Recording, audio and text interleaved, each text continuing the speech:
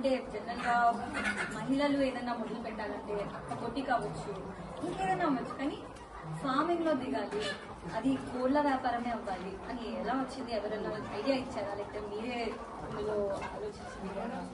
నేను ముందు స్టార్టింగ్లో ఫస్ట్ ప్రొడక్షన్ సైడ్ ఏదైనా అంటే ఈ పౌల్ట్రీకి సంబంధించిందనేది కాదు, ఏదైనా ప్రొడక్షన్ చేద్దాము అని లాక్డౌన్లో సర్చ్ చేస్తా ఉంటా. అంటే షార్ట్ పీరియడ్లో ఏదో వస్తుంది, లాంగ్ పీరియడ్లో ఏదో వస్తుంది, ఎవ్రీ మంత్ మనకి ఇన్కమ్ జనరేట్ అవుతుంది. నేను